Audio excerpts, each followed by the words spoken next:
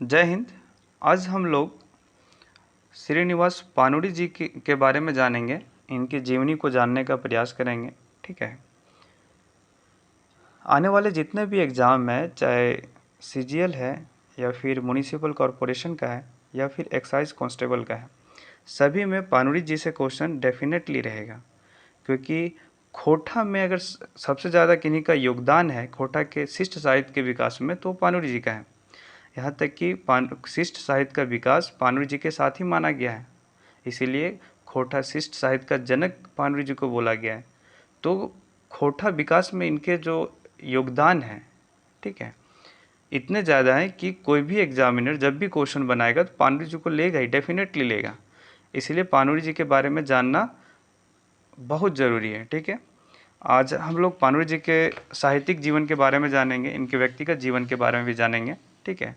जब भी हम लोग किसी साहित्यकार के बारे में पढ़ते हैं, खास करके उनकी जीवनी को जानते हैं, तो हमें दो भाग में बांट करके पढ़ना होता है। एक तो होता है उनका व्यक्तिगत जीवनी, जिसमें बोल सकते हैं कि उनका जन्म कब हुआ, किस स्थान पर हुआ, माता पिता का क्या नाम था, ठीक है, उनका व्यवसाय क्या था, शिक्षा कहाँ तक हुई, तो ये सारे उनके व्यक्तिगत जीवनी में चला जाता है। दूसरा होता है साहित्यिक जीवनी। साहित्यिक जीवनी में उनका साहित्य में क्या विकास रहा, मतलब योगदान रहा, ठीक है, उन्होंने कौन कौन सी रचनाएं की, ठीक है, ये सारे उनके साहित्यिक जीवनी में आ जाता है। तो पानुड़ी जी का जो व्यक्तिगत जीवनी था वो काफ़ी कष्टदायक था, बोल सकते हैं। एक छोटे से परिवार, मतलब बोल सकते हैं छोटे किसान के बेटे थे। उनके पिताजी किसी तरह से अपने परिवार का पालन पोषण कर पा रहे थे। बहुत छोटे किसान थे, तो आमदनी बहुत कम थी। इसीलिए इनकी शिक्षा भी देखते हैं कि 10वां तक ही पढ़ पाए, आगे पढ़ाई नहीं कर पाए, क्योंकि आर्थिक तंगी की वजह से परिवार मतलब इनके शिक्षा की ओर ध्यान नहीं दे पाया। ठीक है। लेकिन फिर भी ये खोटा में इनकी काफ़ी रुचि थी और इन्होंने खोटा के विकास में अपना महत्वपूर्ण योगदान दिया, अपनी गरीबी के बावजूद भी। ठीक है। इनका जन्म जो हुआ था वो हुआ था 25 दिसंबर 1920 ईस्वी को जन्म हुआ था इनका। ठीक है। कहाँ पे हुआ था, तो बरवड्डा, धनबाद। ठीक है। इनका जन्म कहाँ हुआ था, बरवड्डा, धनबाद में। इनके पिता का नाम शालिग्राम पानुड़ी था।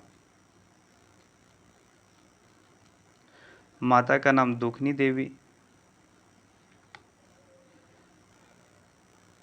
दुखनी देवी। ठीक है। इनकी पत्नी का नाम था मूर्ति देवी, मूर्ति देवी। ठीक है। तो इसे भी आप लोग ध्यान में रखिएगा। नेक्स्ट हम लोग देखते हैं कि इनकी शिक्षा जो हुई थी वो 10वीं तक ही हो पाई थी। क्यों? क्योंकि परिवार काफ़ी आर्थिक रूप से कमज़ोर था। ठीक है। तो इनके शिक्षा पे ज़्यादा ध्यान नहीं दिया गया। फिर भी इनके अंदर साहित्यिक रचना करने की जो इच्छा है, जो बोल सकते हैं कि इनके अंदर खोटा के विकास के लिए ललक थी, वो बहुत ज़्यादा थी। इसीलिए इन्होंने अपनी पान गुमीटी से ही खोटा के विकास में अपना योगदान देना प्रारंभ कर दिया। ये पान का दुकान चलाते थे। कहाँ पे? तो पान का दुकान ये पुराना बाज़ार में चलाते थे। पुराना बाज़ार में जब पढ़ाई नहीं हो पाई तो ये व्यवसाय करने लगे, एक गुमेटी खोल लिए। ठीक है। पुराना बाज़ार में पान का गुमेटी खोले और पान का गुमेटी में ही जो भी पान खाने इनके पास आते थे उनको ही अपने द्वारा लिखी गई कविता खोटा में उनको सुनाते थे। ठीक है। अपने द्वारा गीत जो लिखते थे उसे उनको सुनाते थे। तो इस तरह से उनकी साहित्यिक जीवन की शुरुआत हुई थी। आगे चल के देखते हैं कि ये लिखने भी लगे। ठीक है। जैसे इनकी जो पहली साहित्यिक रचना थी, इनकी जो रचना थी वो थी बाल किरण। ठीक है। बाल किरण कब आई थी? 1954 में छपी थी। लेकिन इनकी साहित्यिक जीवन की शुरुआत 1944 ईस्वी से ही मानी जाती है, यानी कि 1944 से ही ये साहित्यिक जीवन की शुरुआत इनकी हो गई थी। ये अपने पान के गुमेठी से ही लोगों को कविताएं सुनाने लगे थे, कहानियां सुनाने लगे थे खोटा भाषा में, ठीक है। इसके अलावा जो इनकी सबसे उत्कृष्ट रचनाओं में से एक है वो है मेघदूत का खोटा में अनुवाद। मेघदूत का खोटा में अनुवाद, ठीक है, खोटा में अनुवाद।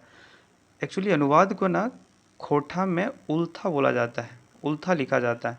तो अगर बोला जाए कि खोटा का उल्था, सॉरी, मेघदूत का उल्था खोटा में किसने किया था, तो ये थे पानुरी जी। तो खोटा को क्या बोला जाता है, सॉरी, खोटा में अनुवाद को क्या बोला जाता है, उल्था। इसके अलावा जो इनकी रचना है वो है उद्भाषण कर्ण।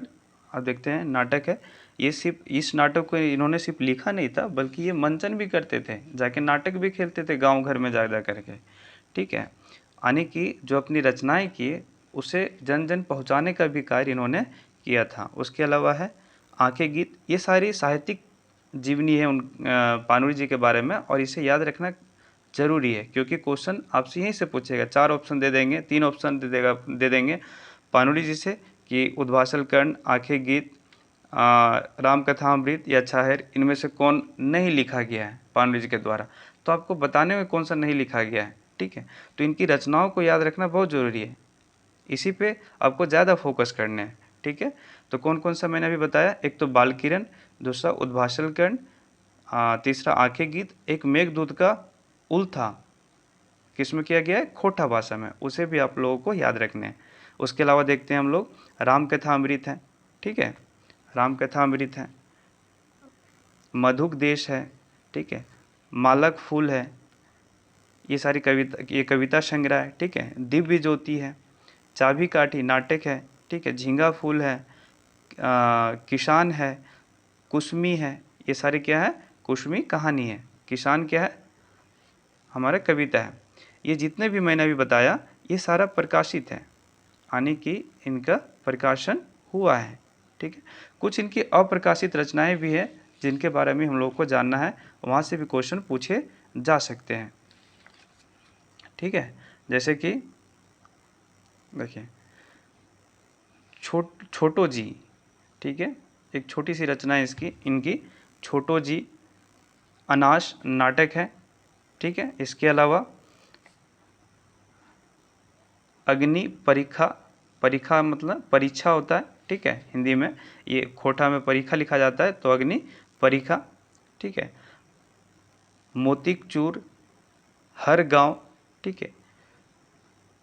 इसके अलावा समाधान, मोहभंग, भ्रम गीत, ठीक है, सॉरी भ्रमर गीत, पारिजात, अपारिजात, रक्तिक, रांगल, पाखा, ठीक है। तो ये इनकी साहित्यिक रचना है जिसे आप लोगों को ध्यान में रखने हैं, ठीक है। इसके अलावा अब हम लोग जानते हैं पानुरी जी के उपनाम के बारे में। बहुत सारे साहित्यकारों ने पानुरी जी के योगदान को देखते हुए उनको अलग अलग नामों से संबोधित किया, ठीक है, जो उनका उपनाम बन गया, ठीक है। तो कौन कौन से उनके उपनाम है उसके बारे में थोड़ा जान लेते हैं। देखिए खोटा का भीष्म पितामह, वेरी इंपॉर्टेंट, ठीक है, पूछता है खोटा का भीष्म पितामह किसने दिया था ये उपनाम, विश्वनाथ दशोंधी राज ने, ठीक है। तो इसे भी आप लोगों को ध्यान में रखने, किसने दिया था, विश्वनाथ दशोंधी राज ने। सबका नहीं, सिर्फ इन्हीं का याद रखना है कि भीष्म पितामह किसने पानुरी जी को बोला था, तो विश्वनाथ दशोंधी राज ने। उसके अलावा है खोटा जगत का ध्रुव तारा, इनका उपनाम, यानी कि खोटा का ध्रुव तारा कौन है, पानुरी जी। नेक्स्ट है खोटा का वाल्मीकि, किसने बोला है, रामदयाल पांडे ने, ठीक है। तो ये किसने बोला अब उतना इम्पोर्टेंट नहीं है, लेकिन इनकी जो उपनाम है, इनके जो उपनाम है उससे याद रखना बहुत जरूरी, कौन सा है, वाल्मीकि, ठीक है। इसके अलावा है नागार्जुन, यानी कि खोटा का नागार्जुन, खोटा का टैगोर, ठीक है, ये सारे इनके उपनाम हैं। उसके अलावा खोटा का भारतेंदु, अक्षय बोर और खोटा शिष्ट साहित्य का जनक, ये इनके इतने सारे उपनाम हैं। तो आप एक बार फिर से देख लेते हैं कौन कौन सा है। खोटा का भीष्म पितामह, ध्रुव तारा, ठीक है, वाल्मीकि, यानी कि खोटा का वाल्मीकि, खोटा का नागार्जुन, खोटा का टैगोर, भारतेंदु, अक्षय बोर और खोटा शिष्ट साहित्य के जनक। ठीक है, इसके अलावा आप लोग को क्या याद रखने हैं कि 25 दिसंबर को क्या मनाया जाता है? खोटा दिवस, खोटा दिवस के रूप में मनाया जाता है। इसे भी आप लोगों को याद रखने हैं। ठीक है, और इनके नाम पर साहित्यिक पुरस्कार भी दिए जाते हैं। तो ये पूरा पाणिनि जी के जीवनी है। ठीक है, पाणिनि जी के बारे में है। नेक्स्ट जो हमारा क्लास होगा वो विश्वनाथ दशुंधी राज के बारे में हम लोग पढ़ेंगे। ठीक है, और इसी तरह से हम पूरा सिलेबस मैं आप लोगों के साथ डिस्कस करूँगा। ठीक है, तो आज के लिए बस इतना ही। धन्यवाद।